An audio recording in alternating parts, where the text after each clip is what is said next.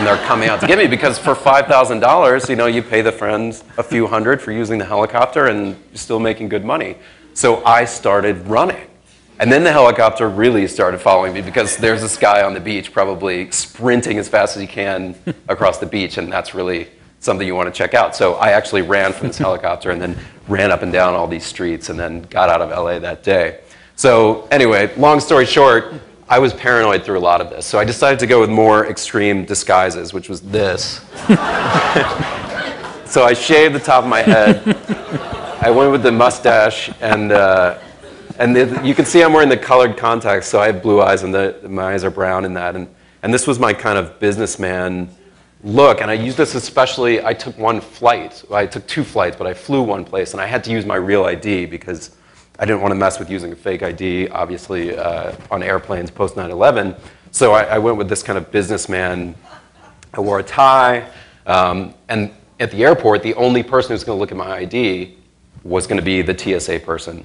And if you've flown at all, you know the TSA people don't actually pay that close attention to the photo on your driver's license. So I made it through with this disguise. So that's all the stuff that I was doing. And then the question is, what was everyone else doing? You know, what were the people trying to find me doing? And the first thing they did was they kind of spontaneously organized online. They created these organic communities of people who were looking for me.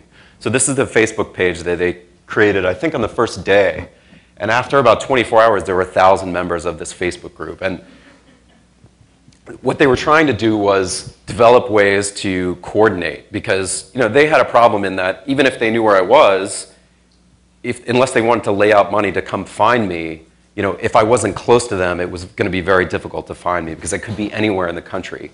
But if they collaborated, then if one person had the information about where I was, they could contact someone who was closer to where I was and give it a shot. And that's what they were doing. You know, people one guy took off in the middle of the night and drove all the way to Vegas from San Diego when there were signs that I might be in Vegas and missed me actually by a couple of days.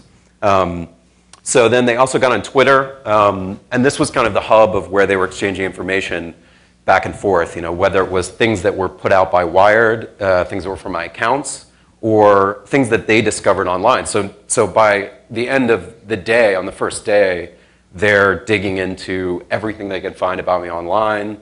They're also digging into databases that some people have access to, like LexisNexis and ChoicePoint. So by the end of, I think, 24, 36 hours, every address that I'd ever lived at was published online. Someone had already found them all and put them all out there. And I had moved a lot of time, so you know, this was a dozen addresses that were all there. And then they made wanted posters, which they would put up in places where they thought that I might be going. One of the things that was part of the information that Wired put out about me was that I have something called celiac disease, which means that I have to eat a gluten-free diet. And so these were all over gluten-free cafes in Seattle and restaurants that catered to gluten-free people. And even when the morning that I ran from the helicopter, when they eventually did discover I was in LA, they went out to several restaurants that they thought I might be located at and actually scoured those restaurants looking for me. So this is a map that someone made of points of interest, of places. It's got every address I lived at on there. It's got, I think it's got my family's address on there. It's got some work-related stuff. But one thing that interests me is if you look to the bottom, I don't know if you can read it, but it has call car collision, and Lily's Pet Care, which are actually things that people found out that I had reviewed online. So I'd gone on this website called Yelp, and thinking that it was pseudo-anonymous, I had actually reviewed, not really even thinking about the consequences of it or anything. I just reviewed the person who cat sits my cat. And this woman got dozens of calls from people who had gone and found that that's what I had reviewed. Now, I'm not a big reviewer of online things, but if you think about it, if you were, and then you disappeared, you've actually left an entire map of the things you like and don't like, which would be an incredibly valuable tool for an investigator.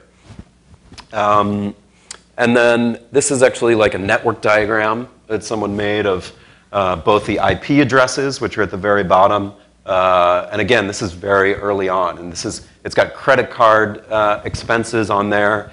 And then they did things like not just looking online, doing searches, which they were incredibly good at, but there were also investigators, informative investigators who were involved. And they used very tried and true investigative techniques, which were just calling people over and over again. So if they wanted to find out a piece of information, and they were supposed to, by the rules of the contest, not break the law as well, they would just call and ask for it. So if they wanted to know about a FedEx package that was on my credit card, they would just call FedEx and say, I want to know where this package was sent to or from. And the FedEx person would say, well, are you this person? And they would say no. And they would say, well, I can't tell you that. They would hang up, they would call, and they would get the next person.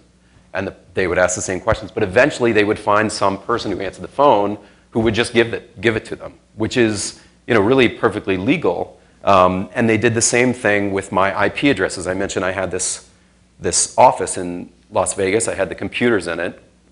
Eventually they found out the IP address for that office, but an IP address only correlates to a few city blocks. And so you need to get access to the actual internet service provider in order to find out where the specific address is. And a kid from Portland, a 17-year-old kid who got really obsessed with trying to find me, he started calling that internet service provider. And eventually a technician said, oh yeah, that's 2465 South Pecos Road. And then they had my address. Now, fortunately, I had a contingency plan for that. But it just goes to show that it's not actually, when I started out, I thought the issue was all the information that we put out online, which is true, which is an issue, when it comes to privacy. But, if you're actually worried about the information that corporations have and how they use it, they're not keeping quite as tight a tabs on it as you might expect. And then the last thing I'll show is this is my cat. And the reason I was showing this is that, so this is posted on Flickr, public photo site. I have a page on Flickr where I post pictures of my cat and other things. But what someone did was they actually took the pictures on Flickr and they stripped out the information about the camera that they were taken with. And then they created a little program, a little piece of software that had an algorithm that essentially scoured Flickr looking for other pictures taken with that camera. The idea being that if I was out there with this same camera taking pictures and posting them anonymously, then they could turn up my location by finding pictures. Fortunately, I didn't actually take that camera with me. So, but you'll see even the name of the camera is actually taken with. There it is right there. So then I was settled in New Orleans. I had this apartment rented. I was paranoid, but I was feeling pretty good about how I was doing. I was getting up to day 20, day 23, day 25. Meanwhile, there was one guy, his name is Jeff Reifman, he lives in Seattle. He used to work at Microsoft. And he now has this thing where he builds Facebook applications. They're like web pages within Facebook. And the purpose of these is actually to organize people around news. And he read the story, and he saw the disappearance contest. And he said, well, this is a good way to attract attention for my new venture. So he created this thing called Vanish Team. So he built this, it lives inside of Facebook. And it had all kinds of information about my disappearance. And it has a map, and people annotated the map, and people were exchanging clues. But after a while, people stopped coming to it a little bit, and he wasn't getting anywhere, and he kept having these theories about where I was, and they weren't correct. But then he decided he could do something else with it, which is he could lure me to this page and then try to capture my IP address when I visited the page. And the way he did that was he added this code. And this code right here, all it does is, if someone visits his Facebook page, they have to be logged into Facebook. When they are, it captures their IP address and their Facebook profile. So here he has this list, everybody that's visited my page, which was hundreds of people a day. But he could sort them. So he could say, all right, give me all of the people who have less than 30 friends. And that's what he did at the beginning. And he figured, if this guy's got a fake Facebook page, he can't have that many friends. So I had outwitted him at first. I had 30 or 40. And he didn't find me in the first couple of days. And then he bumped it up to 50. And he looked through every single person visiting his page that had less than 50 friends. And then he came across this, which is my page, which he recognized because I had been in that Man on the Street video. And since then, I hadn't changed my photograph.